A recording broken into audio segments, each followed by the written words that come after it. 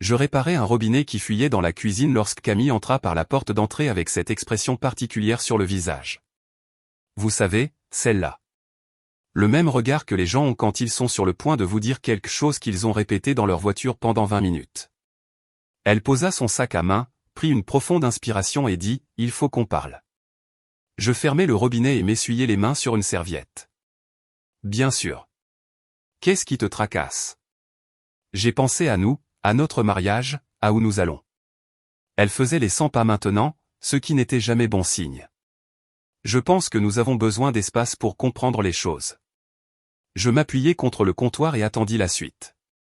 Je veux une séparation, continua-t-elle. Mais je ne veux pas perdre ce que nous avons.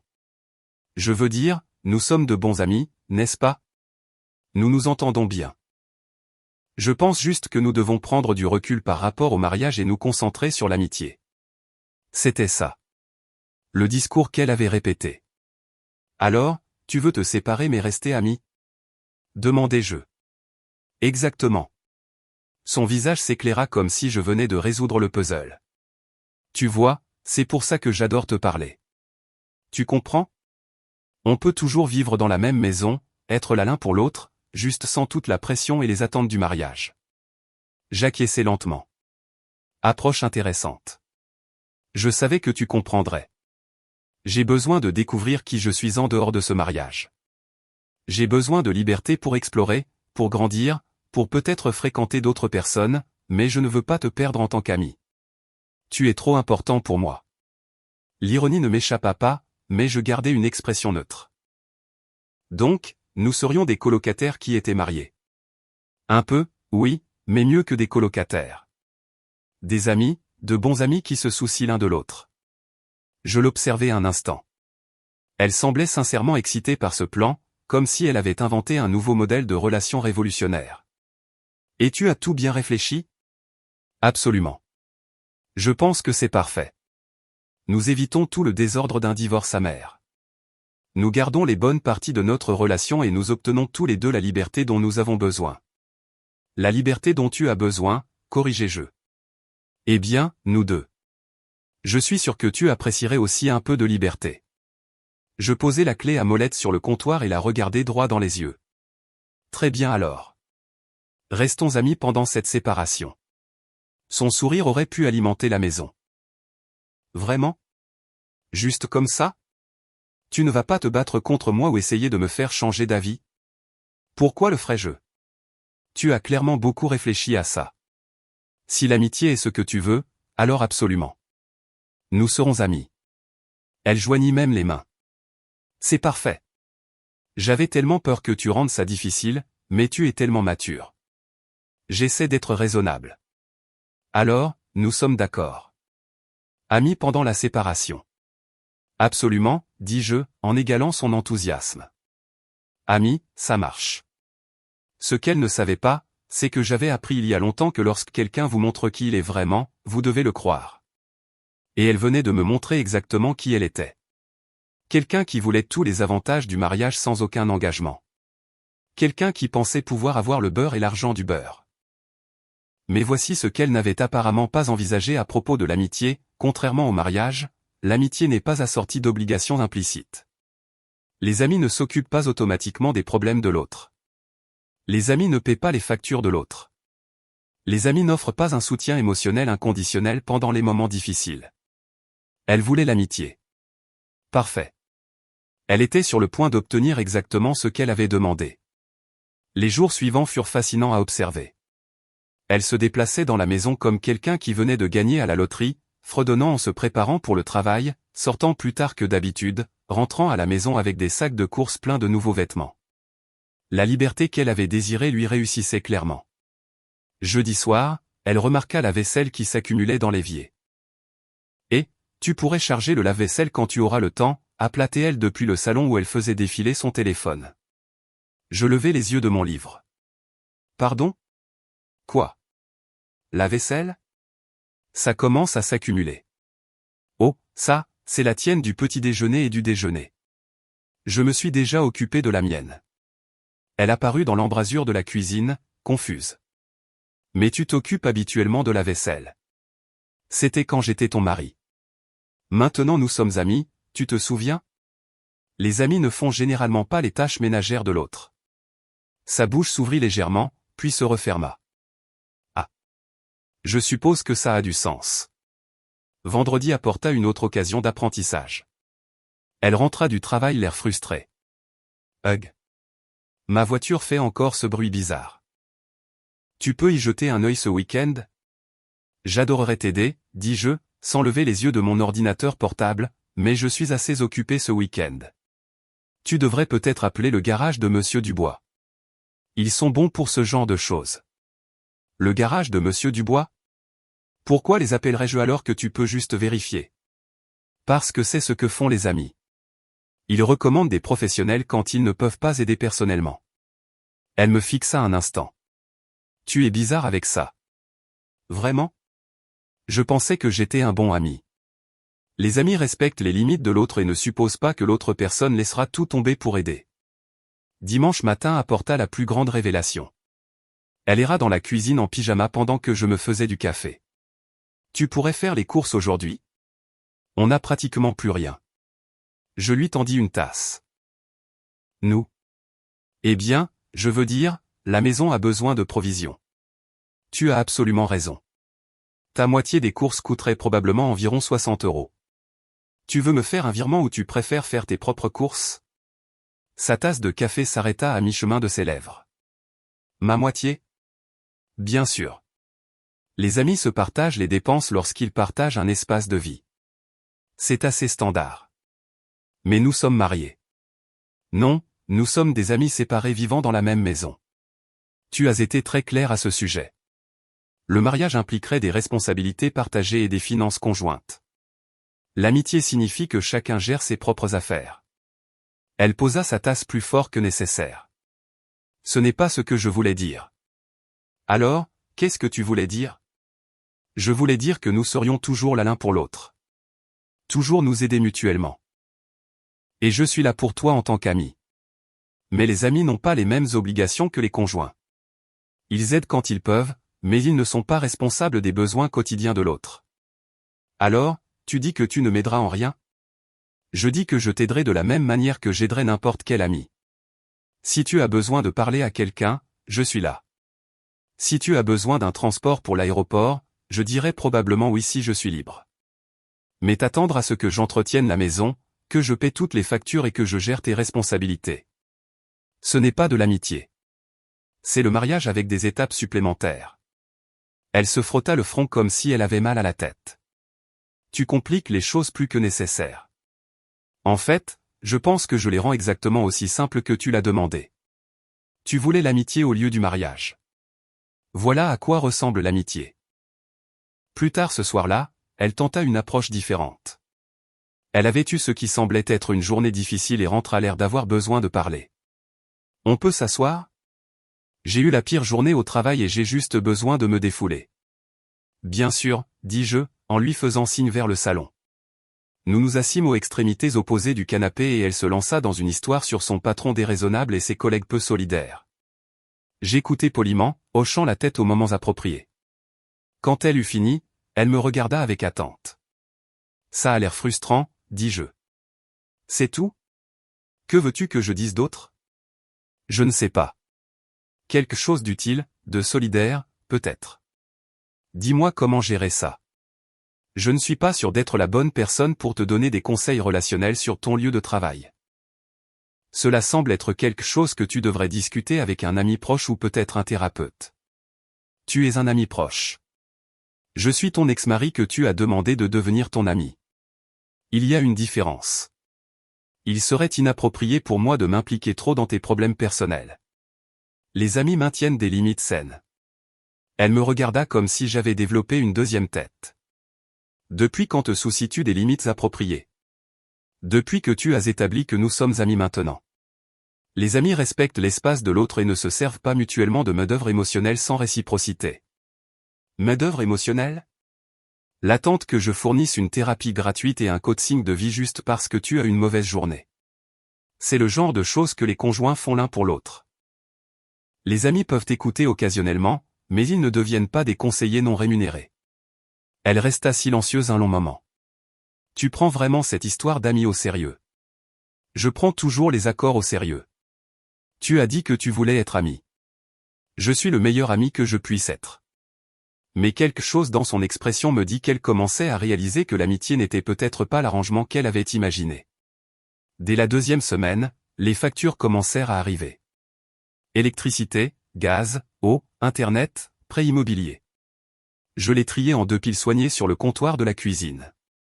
Elle les trouva mardi matin en prenant son café. Pourquoi y a-t-il 2 piles de factures?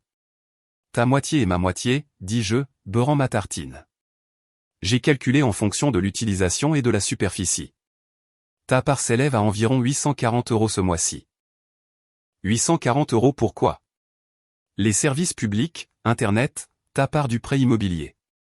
Arrangement de colocataire standard. Arrangement de colocataire? Nous possédons cette maison ensemble. En fait, la maison est à mon nom. Je l'ai achetée avant que nous nous marions, tu te souviens? Mais ne t'inquiète pas, je ne te fais pas payer le prix du marché. Je suis généreux et ne demande que la moitié des frais de subsistance. Elle ramassa la pile de factures à son nom. Tu t'attends à ce que je paie la moitié de tout? C'est comme ça que les amis gèrent les dépenses de vie partagée. À moins que tu ne préfères payer le prix du marché. Un appartement de 2 chambres comme celui-ci te coûterait probablement environ 1500 € par mois.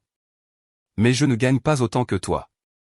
Je comprends que ce soit difficile, mais l'inégalité financière ne rentre généralement pas en ligne de compte dans les arrangements amicaux.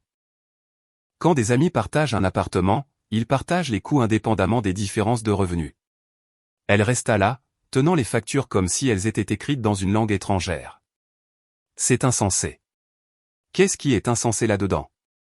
Tu sais, je ne peux pas me permettre 800 € par mois en plus de mes autres dépenses.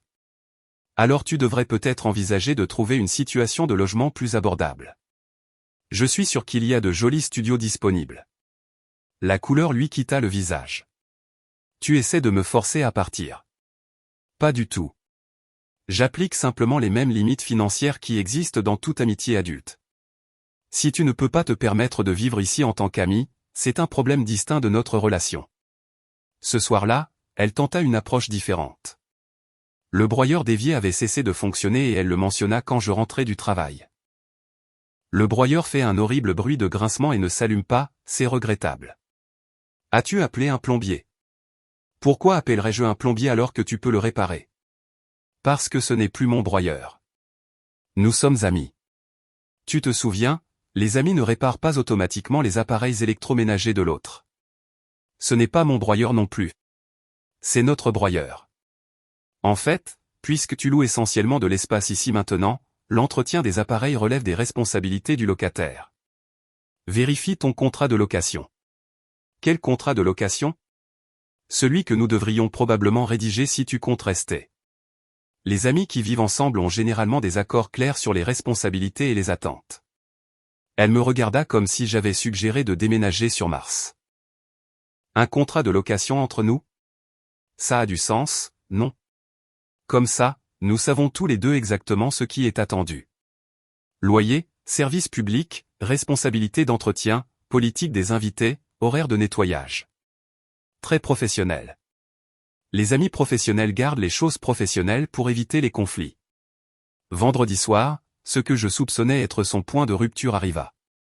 Elle était sortie avec des collègues et rentra vers minuit, légèrement éméchée et apparemment émue. Elle frappa à la porte de ma chambre.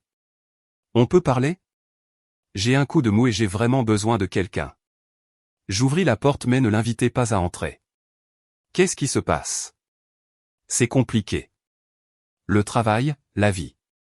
Je me sens juste perdu et j'ai besoin de parler à quelqu'un qui me connaît. Cela semble être quelque chose que tu devrais discuter avec un ami proche. Tu es un ami proche. Je suis quelqu'un avec qui tu étais marié et que tu as demandé de devenir ton ami. Cela me met dans une position délicate pour les conversations intimes. Conversations intimes? J'ai juste besoin de parler. Le soutien émotionnel tardif tombe dans une zone grise entre l'amitié et quelque chose de plus engagé.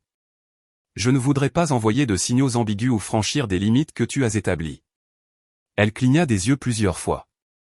Alors, tu dis non?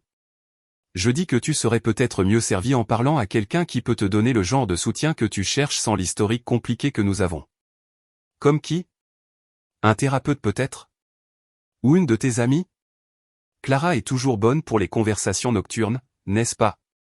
Quelque chose traversa son visage quand je mentionnais Clara, mais je ne pouvais pas tout à fait le lire. Clara dort probablement. Alors peut-être que cette conversation peut attendre le matin quand tu penseras plus clairement. Elle resta là un autre instant, titubant légèrement. Tu es différent. Je suis la même personne. Je respecte juste les limites que tu as fixées. Ce ne sont pas les limites que j'ai fixées. N'est-ce pas? Tu voulais l'amitié au lieu du mariage. Voici à quoi ressemble l'amitié entre adultes qui étaient mariés, des limites claires, un respect mutuel, aucune obligation supposée. Elle se retourna et se dirigea vers sa chambre sans un mot de plus. Samedi matin, elle entra dans la cuisine pendant que je lisais les nouvelles sur ma tablette. J'ai réfléchi à ce que tu as dit, aux factures et à tout le reste, et peut-être que nous devons renégocier certaines choses, comme peut-être que cette histoire d'amis ne fonctionne pas exactement comme je le pensais. Je levai les yeux de ma tablette. Comment ça? C'est juste plus compliqué que ce que j'imaginais. L'amitié l'est souvent quand les gens n'ont pas clairement défini les attentes dès le départ. Alors, qu'est-ce que tu penses que nous devrions faire? Je pense que tu devrais décider ce que tu veux réellement. Veux-tu être ami? Alors nous continuons comme nous l'avons fait. Tu veux autre chose? Alors tu dois trouver à quoi cela ressemble. Et toi, qu'est-ce que tu veux? Je veux honorer l'accord que nous avons conclu. Tu as demandé l'amitié et je m'engage à être le meilleur ami que je puisse être. Mais la façon dont elle me regarda suggéra qu'elle commençait à comprendre que le meilleur ami que je pouvais être n'était peut-être pas l'ami qu'elle espérait. Mardi soir apporta un visiteur inattendu. Je faisais griller du poulet quand la sonnette retentit. J'y vais, appela ma femme de l'intérieur. Quelques minutes plus tard, elle apparut sur le patio arrière avec Clara Dubois, sa meilleure amie depuis l'université.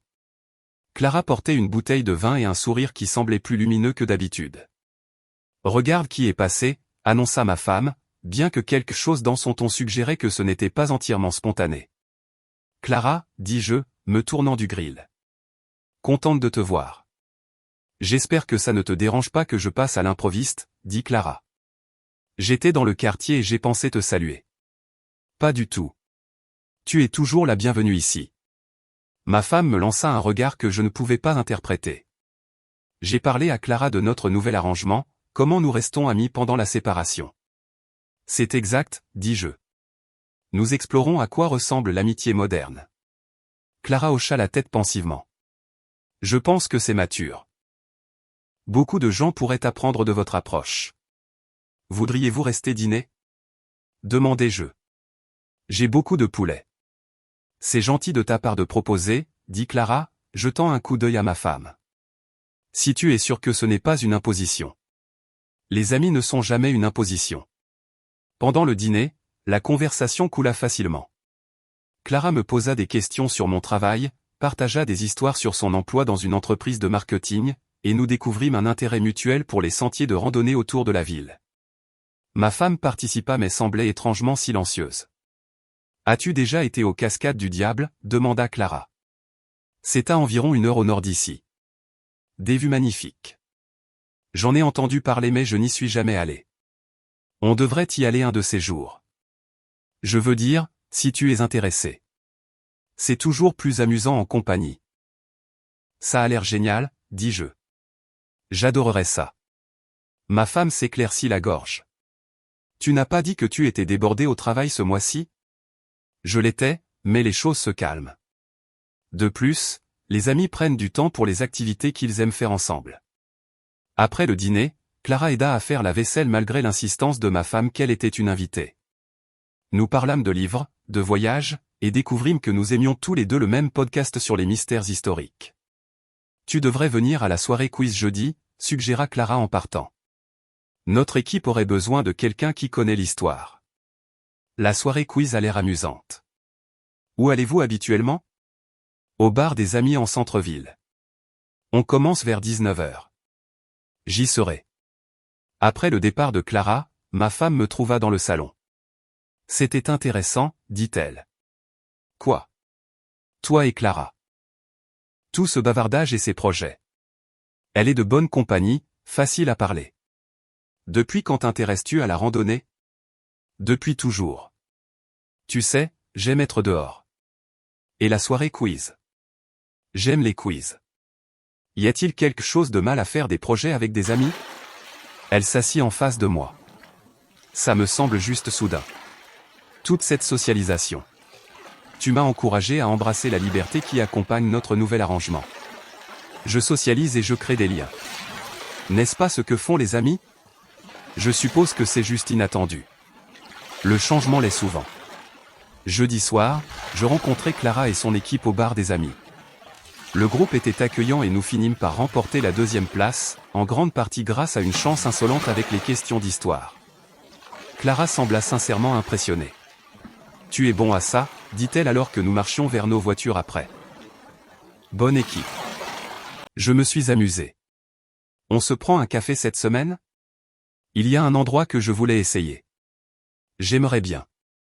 Vendredi matin, ma femme m'attendait dans la cuisine quand je suis descendu prendre un café. Un café avec Clara. Elle a mentionné un nouvel endroit qu'elle voulait essayer. Je me suis dit, pourquoi pas? Tu ne penses pas que tu passes beaucoup de temps avec elle? Soudainement, je passe du temps avec une amie. N'est-ce pas ce que font les gens? C'est mon amie. Elle peut être l'amie de nous deux, n'est-ce pas? Les amis ne fonctionnent généralement pas avec des contrats d'exclusivité. Ma femme remua son café plus agressivement que nécessaire. C'est juste bizarre. Qu'y a-t-il de bizarre là-dedans? Tu lui parlais à peine avant. Maintenant, soudainement, vous êtes des partenaires de randonnée et des partenaires de quiz. Avant, j'étais marié et concentré sur ma femme. Maintenant, je suis libre de développer des amitiés sans me soucier de la façon dont elles pourraient affecter mon mariage. Parce que nous sommes séparés.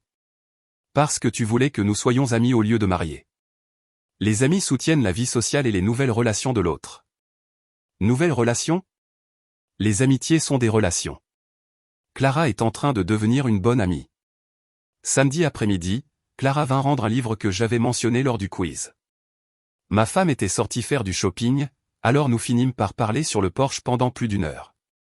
Elle était perspicace, drôle et étonnamment facile à aborder. J'espère que ce n'est pas trop personnel, dit-elle à un moment donné. Mais comment gères-tu tout ça, la séparation et tout?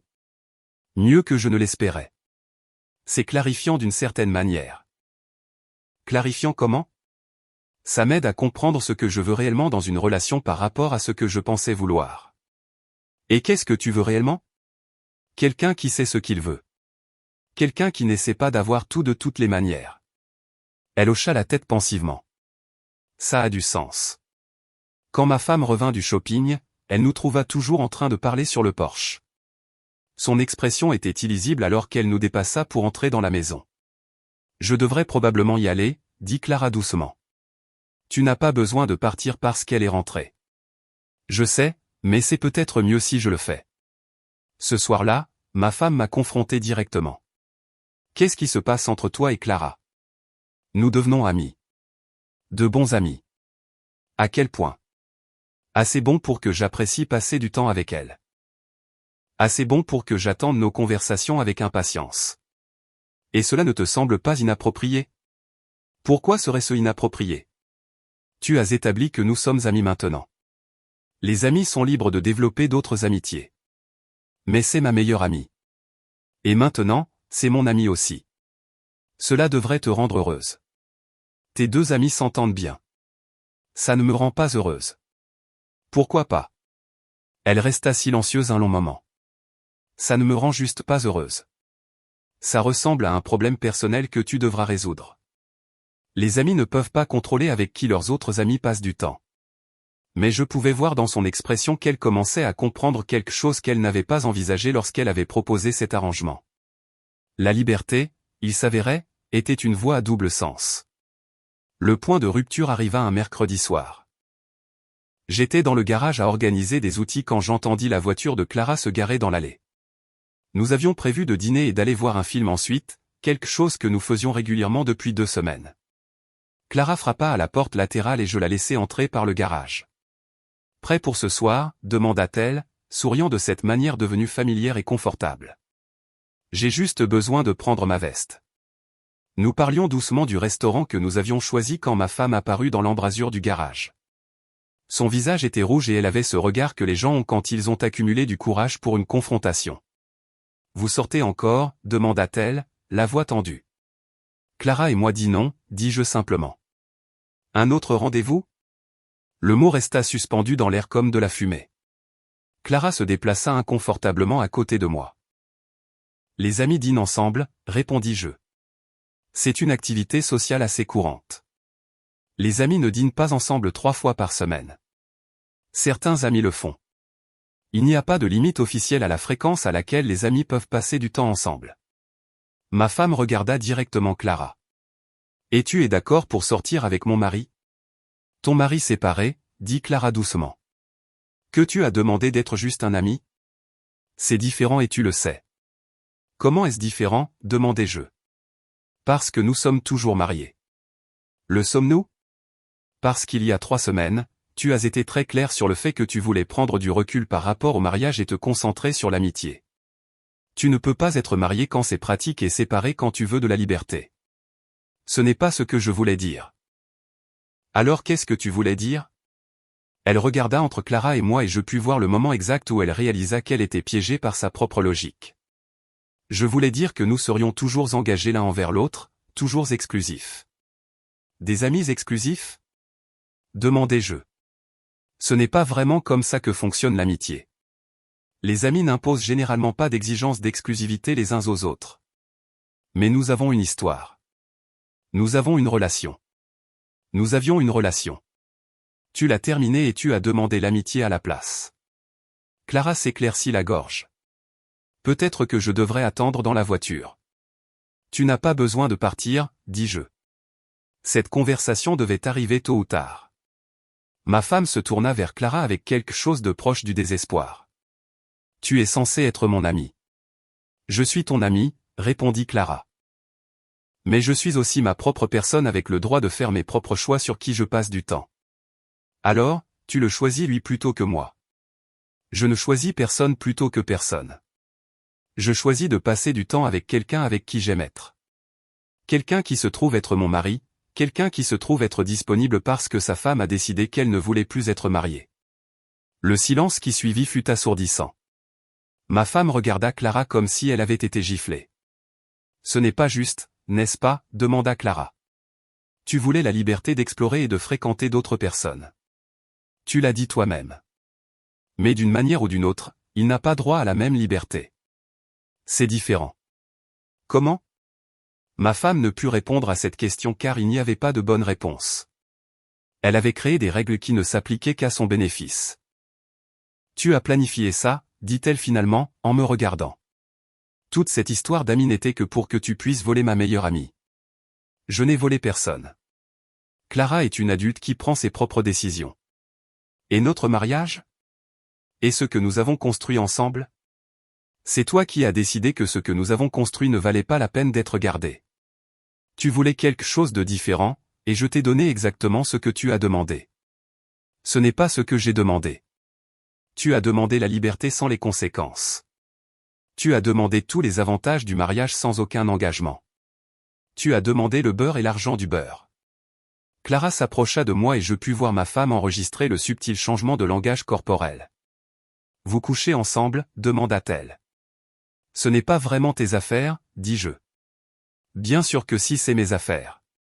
Tu es mon mari. »« Non, je suis ton ami. » Tu as été très spécifique à ce sujet.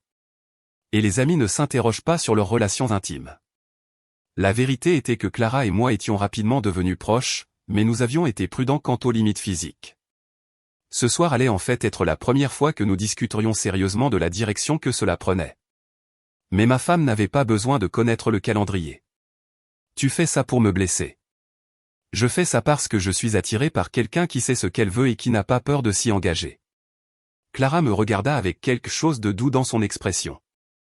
Je sais ce que je veux aussi. Ma femme vit le regard qui passa entre nous et quelque chose se brisa sur son visage. C'est incroyable. Tu jettes tout notre mariage pour elle. Tu as jeté notre mariage il y a 3 semaines. Je ne fais que vivre ma vie. Nous pouvons arranger ça.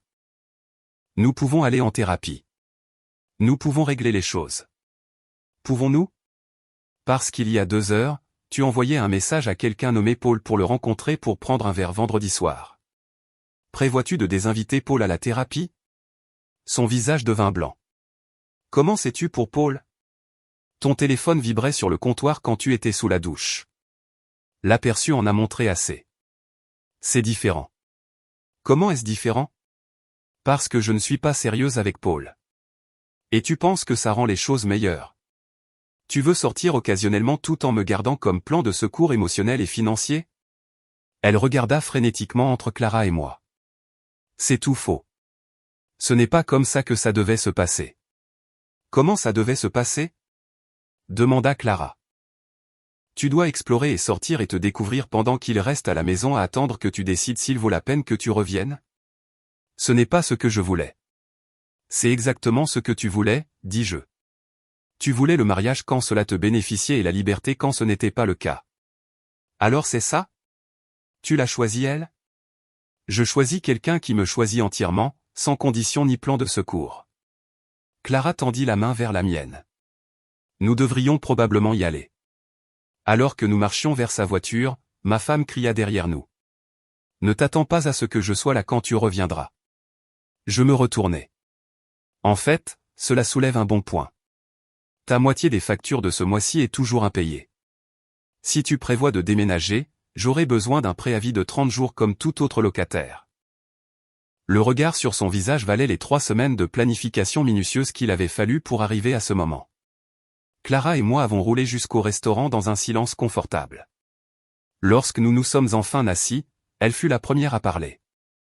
C'était intense. Je savais que ça allait arriver. Elle se préparait à cette confrontation depuis des jours. Tu penses qu'elle va vraiment déménager?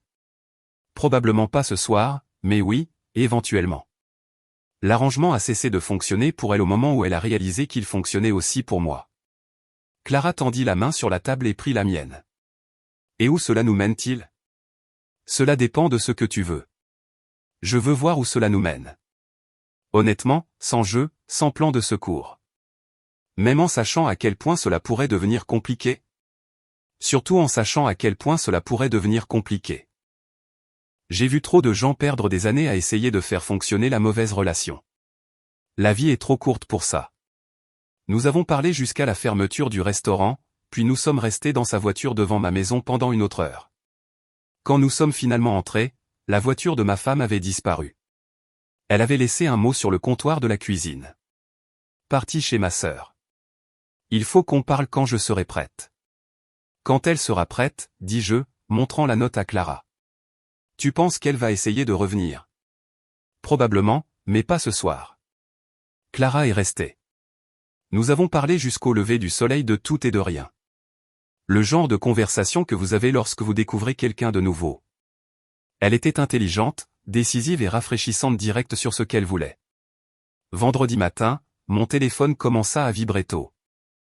Des SMS de ma femme, chacun plus désespéré que le précédent. Il faut qu'on parle. J'ai fait une erreur. S'il te plaît, pouvons-nous arranger ça? J'étais confuse sur ce que je voulais. Je te choisis. Je nous choisis. Je l'ai montré à Clara en buvant un café. Elle panique, observa Clara. Elle réalise que l'amitié ne vient pas avec la sécurité qu'elle pensait. Vas-tu finir par répondre? Mais d'abord, j'ai besoin de clarifier quelque chose avec toi. Clara posa sa tasse de café. D'accord. Si nous faisons ça, nous le faisons complètement. Pas de demi-mesure, pas d'options ouvertes. J'en ai assez des gens qui veulent tout de toutes les manières. Je ne serais pas là si je voulais tout de toutes les manières. Bien, parce que les choses sont sur le point de devenir compliquées. Elle sourit. Je peux gérer ça. Samedi après-midi, ma femme est revenue. Elle nous a trouvés, Clara et moi, en train de travailler dans le jardin, quelque chose qui était devenu notre routine de week-end. Son visage a traversé plusieurs émotions avant de se fixer sur une résignation déterminée. J'ai besoin de te parler, annonça-t-elle. Bien sûr, dis-je, sans arrêter ce que je faisais. Qu'est-ce qui te tracasse?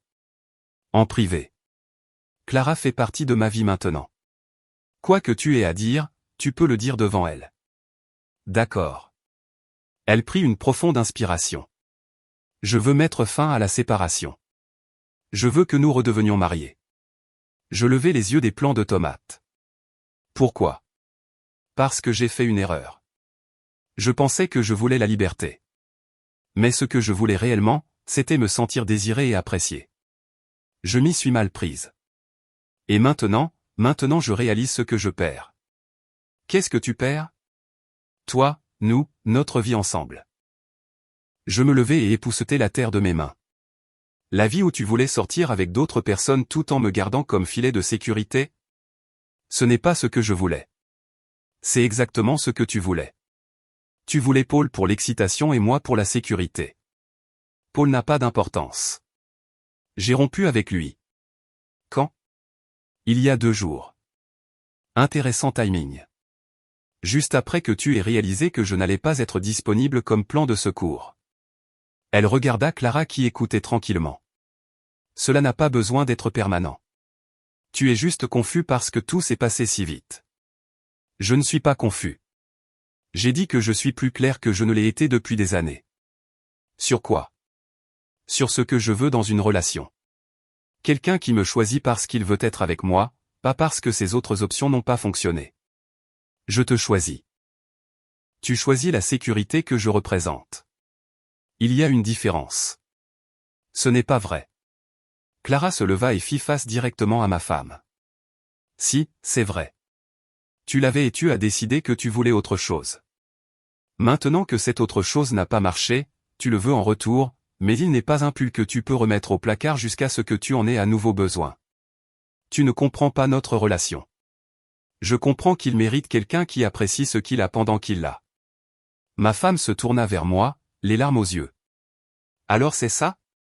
Tu vas juste jeter 5 ans de mariage? Tu l'as jeté il y a 3 semaines quand tu as décidé que le mariage n'était pas ce que tu voulais. Les gens font des erreurs. Ils en font. Et parfois ces erreurs ont des conséquences permanentes. Alors il n'y a rien que je puisse dire, rien que je puisse faire? Tu peux accepter que c'est fini et avancer dans ta vie. Et Clara? Tu vas juste me remplacer par elle? Je ne remplace personne. Je choisis d'être avec quelqu'un qui veut être avec moi. Pour combien de temps? Jusqu'à ce que tu t'ennuies et que tu décides que tu veux quelque chose de différent? Clara s'approcha de moi. Ce n'est pas qui il est. Et ce n'est pas qui je suis non plus. Tu penses que tu le connais mieux que moi. Je sais qu'il ne joue pas de jeu. Je sais qu'il ne garde pas de plan de secours. Je sais que quand il s'engage dans quelque chose, il va jusqu'au bout. Contrairement à moi, tu veux dire. Tu l'as dit, pas moi. Le silence s'étira entre nous 3 jusqu'à ce que ma femme parle à nouveau. J'ai besoin de prendre mes affaires. Bien sûr. Prends ce dont tu as besoin. Où suis-je censé aller? Où tu veux. Tu es libre maintenant. Tu te souviens? C'est ce que tu as demandé. 2 semaines plus tard, les papiers du divorce furent déposés. Elle essaya d'appeler plusieurs fois, mais je laissai les messages aller à la boîte vocale. Les messages commencèrent par de la colère, passèrent à des supplications, puis finalement à l'acceptation. Clara et moi avons pris nos premières vacances officielles ensemble. 3 mois plus tard, nous sommes montés aux Cascades du Diable, le sentier qu'elle avait mentionné le premier soir au dîner. La vue du sommet était tout ce qu'elle avait promis. Des regrets? Demanda-t-elle alors que nous étions assis à contempler la vallée. À propos de quoi? De tout ça. La fin du mariage, la rapidité avec laquelle nous avons avancé. Aucun. Juste un seul. Quoi? J'aurais aimé te rencontrer avant elle. Je la serrai contre moi. Le timing s'est déroulé exactement comme il le fallait. Et pour la première fois depuis plus longtemps que je ne pouvais me souvenir, je le pensais complètement. 6 mois plus tard, j'ai appris par des amis communs que mon ex-femme était fiancée à quelqu'un de nouveau, quelqu'un qu'elle avait rencontré en ligne 3 semaines après que notre divorce fut prononcé. Apparemment, elle avait finalement compris ce qu'elle voulait, juste pas avec moi. Claire et moi avons emménagé ensemble officiellement 1 an plus tard. Pas de période de séparation, pas d'essai, pas de plan de secours, juste 2 personnes qui savaient ce qu'elles voulaient et n'avaient pas peur de s'y engager complètement. Parfois, La meilleure chose que quelqu'un puisse faire pour vous est de vous montrer exactement qui il est. Mon ex-femme avait fait exactement cela. Et en le faisant, elle m'avait libéré pour trouver quelqu'un qui connaissait la différence entre vouloir la sécurité et vouloir un partenariat.